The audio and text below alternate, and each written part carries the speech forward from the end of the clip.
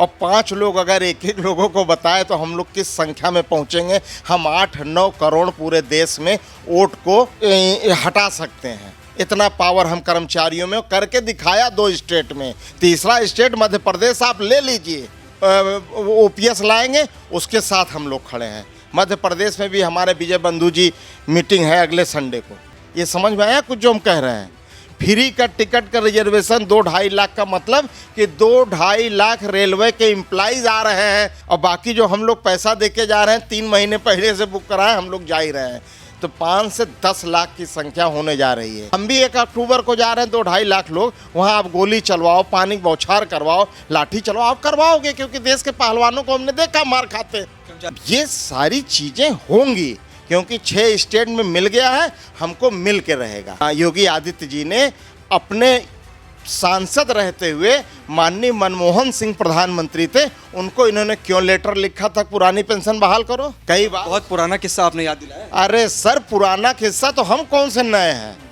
हमने तो जीवन बिता दिए आपके सरकार के साथ नौकरी करते करते। पुरानी पेंशन बहाली की मांग को लेकर पूरे देश में कर्मचारियों ने केंद्र सरकार के खिलाफ मोर्चा खोल रखा है। उत्तर प्रदेश हो या फिर देश के जितने भी बड़े प्रदेश हो, खुद केंद्र सरकार के अधीन जितने भी कर्मचारी आते हैं, उन सभी कर्मचारियों का कहना है कि सरकार को पुरानी पेंशन बहाल कर देनी चाहिए। हमारे साथ ज़्यादा बात करने के लिए अशोक कुमार जी हैं। सर, पुरानी पेंशन की जो आप लोग की लड़ाई है वो लगातार आगे बढ़ रही है। वर्तमान में अटेवा के बैनर तले आप लोगों का सांसदों के घर घंटी बजाओ अभियान चल रहा है। आप लोग के राष्ट्रीय अध्यक्ष विजय कुमार बंधु, उन्होंने साफ तौर पर बताया कि कई सारे सांसदों से आप लोगों की बात हुई जो आप लोगों के पक्ष में है, लेकिन इसके बावजूद सरकार के कानों पर जू नहीं रेंग रही है कि जब लाखों कर्मचारी मांग कर रहे हैं तो उस मांग को किसी भी तरह से सीरियस लिया जाए। कैसे देखते हैं आप इसको? देखिए, माननीय सारे सांसद जी लोग, बिल्कुल उनको वोट चाहिए, और वो स्थितियां देख रहे हिमाचल और कर्नाटक की। ओपीएस वहां नहीं बहाल किया गया। जिसने कहा कि ओपीएस बहाल होगी वही सरकार में आज आ गया, और इनकी बुरी तरह हार हुई केंद्र में इनकी सरकार होने के बावजूद। आज सारे सांसद जी लोग चाह रहे हैं, जान रहे हैं, जो हम लोग आपको आंकड़ा देते हैं कि 1 करोड़ पूरे देश में कर्मचारी हैं।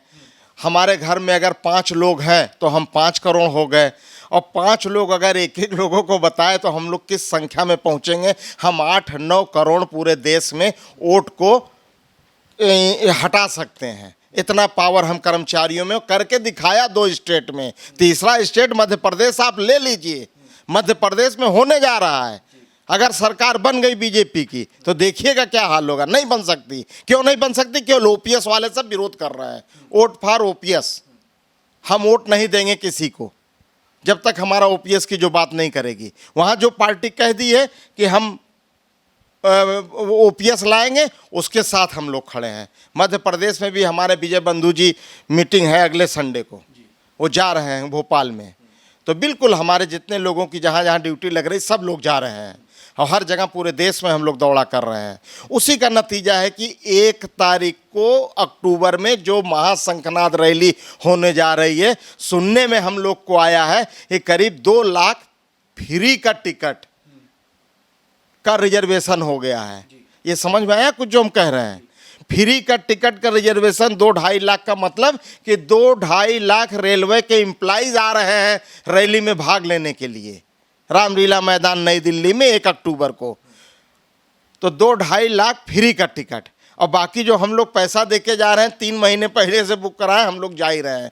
तो 5 से 10 लाख की संख्या होने जा रही है। उस अक्टूबर में हम लोग महारैली कर रहे हैं। हम तो चाहते हैं कि माननीय प्रधानमंत्री जी, जैसे अभी कौन सी नोट लाए थे जिसको फिर उन्होंने बंद कर दिया, 2000 की, फिर बंद कर दिया, तो फैसला उनको गलत लगा।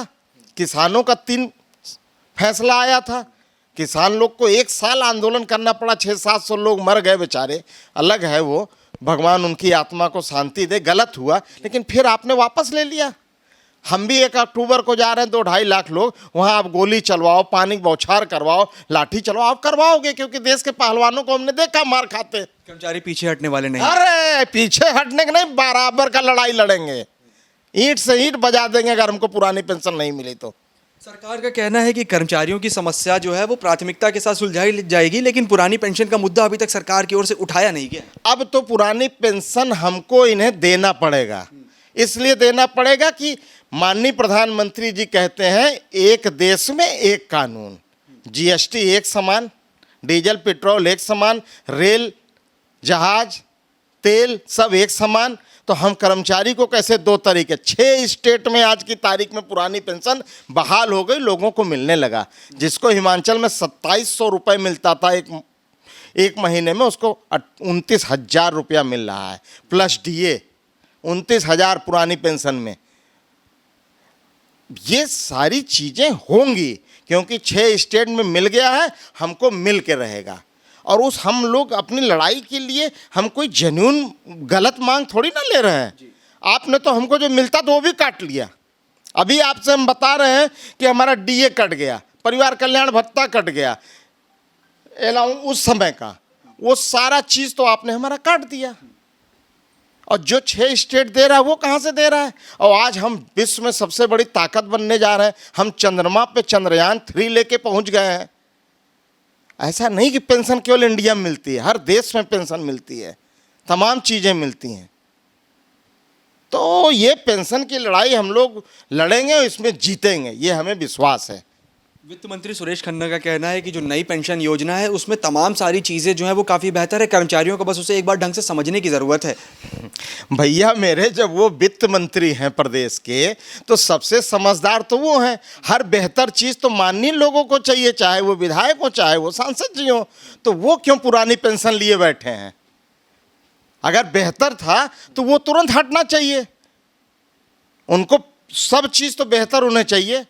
लखनऊ में बंगला उनको कालिदास मार्ग पे चाहिए, वो तो चिन्हाट में जाके नहीं रहेंगे ना। सब चीज, वो जहाज में जाएंगे तो उनको टिकट आगे का चाहिए, एजुकेटिव क्लास का।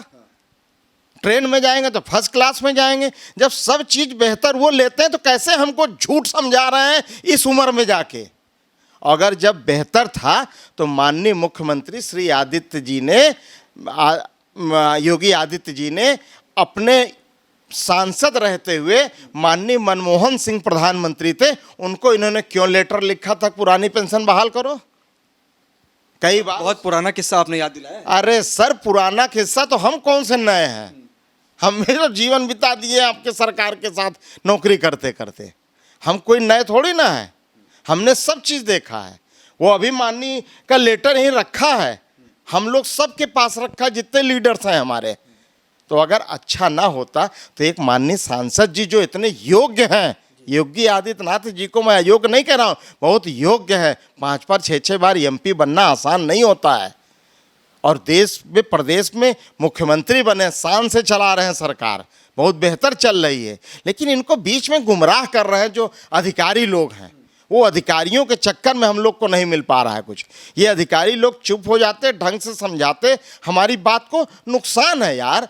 आप बताओ, हम अगर नौकरी करते हैं, मेरी अगर 1 लाख तनख्वाह है मान लो, तो 10% हम दे रहे हैं, 10,000 हर महीने एनपीएस में, और 14,000 हर महीने सरकार दे रही है। वो पैसा 24,000 कहाँ जा रहा है? किसी संस्था को हम प्राइवेट दे रहे हैं सट्टा लगाने को। उसको क्या कहते हैं आप लोग? शेयर मार्केट में। शेयर मार्केट में जा रहा है ना। अगर वो 24,000 रुपये शेयर मार्केट में ना जाता और पुरानी पेंशन हमें मिलती जैसे हम लोग को मिल रही है, तो हमारा पैसा जीपीएफ में जमा होता हर महीने 20,000 रुपये। 20% जमा होता है, 20% हम लोग जीपीएफ में 20,000 कटाते हैं। और वो जब तक हम नौकरी करते हैं उसमें थोड़ा अच्छा 8.5% इंटरेस्ट मिलता है, तो हम लोग उसको निकालते नहीं हैं। या बेटे की शादी, बिटिया की शादी, पढ़ाई, घर, इस टाइप के काम में निकालते हैं। तो हम 20,000 रुपये हर महीने देते। अगर हम 30 साल ड्यूटी किए तो 20 से मल्टीप्लाई करो, 60 लाख रुपए हम 30 साल तक रखते गवर्नमेंट के खाते में, गवर्नमेंट पूंजी, पूरे जीवन की पूंजी। और आज क्या है, आप भी 14 दे रहे हो साहब, और हमसे भी 10 ले रहे हो, और ले जा रहा है वो शेयर मार्केट वाला। स्थितियाँ क्या हो रही, बहुत विकराल हो रही हैं। और सीधी सी बात है यार, अगर अच्छा होता तो सब अच्छा चीज़ आप पांडे जी ले रहे हो, माननी हो, तो हमें क्यों खराब देते रहे हो? हमारा वाला भी आप ले लिए होते ना। कई सारे रिटायर कर्मचारियों से भी हमने बात की। उनका साफ तौर से कहना था कि जो लड़ाई है वो कर्मचारियों के साथ मिलकर, बड़ी संख्या में जो रिटायर्ड कर्मचारी और अधिकारी हैं उन्होंने भी मिलकर शुरू की है। उनका कहना है कि अगर सरकार जो है पुरानी पेंशन बहाल नहीं कर रही है तो विधायक और सांसदों की भी पेंशन को सरकार को पूरी तरह से बंद कर देना चाहिए। कितना सही मानते हैं? देखिए, विधायक और सांसदों की पेंशन बंद करने का सवाल नहीं है। हमको ऐसा नहीं चाहिए। वो कहानी सुने होंगे कि एक उसको मिला था, बगल में रहते थे कोई सज्जन, उनको मिला था एक मड़ी, तो उस मड़ी से जो मांगोगे तो दूना हो जाएगा। तो हमको जलन की भावना नहीं रखनी है। तो उसमें उसकी बीबी ने सब मांग लिया, हमको बहुत धन हो जाए, मेरे पास बंगला हो जाए, तो इनका जो होता था पड़ोसी का दूना हो जाता था। उसका पति देखा कि कैसे क्या क्या हो गया, ये क्या, तो उन्होंने तुरंत मड़ी निकाल के बैठा। जलन की भावना, कहा नहीं, जैसे मेरा घर था उससे भी रद्दी मेरा घर हो जाए। इसका घर खंडर हुआ, पड़ोसी का बिल्कुल गड्ढा हो गया। कहा इतने पे भी नहीं माना, फिर बाद में कहता है मेरा एक हाथ तोड़ दो। तो इसका एक हाथ टूटा, पड़ोसी का दोनों हाथ टूट गया। डबल होता है ना।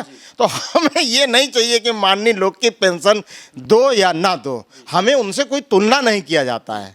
हम उनको केवल ये कह रहे हैं उनको पुरानी पेंशन मिलती है, उनको जनहित भत्ता मिलता है, हमको वेतन मिलता है। हम उनसे तुलना नहीं कर सकते हैं। ये जो लोग कह रहे हैं कि उनका भी बंद करो, ये गलत है। इससे हम नहीं वो करते हैं, क्योंकि वही तो हमें मार्गदर्शक हैं। आज हम लोग जितने सांसदों के घर में पूरे देश में घंटी बजाए हैं, कोई सांसद ये नहीं कहा है कि ये मांग आपकी गलत है। हम कैसे कहें कि उनकी आप पेंशन बंद कर दो?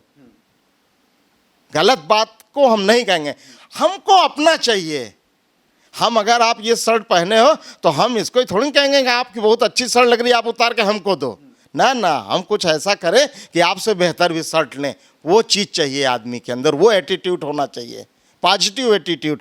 बंद और नो शब्द हमारे पास नहीं है। जो कि 2024 के लिए वोट की चोट का नारा कर्मचारियों ने दिया है कि वोट की चोट करेंगे। अपने तमाम कर्मचारी साथियों से आप क्या अपील करना चाहेंगे? लाखों की संख्या में 1 अक्टूबर को कर्मचारी जो हैं वो दिल्ली पहुंचेंगे, केंद्र सरकार का विरोध करेंगे, तो क्या संदेश आप देना चाहेंगे? बिल्कुल साफ साफ संदेश है, वोट फॉर ओपीएस।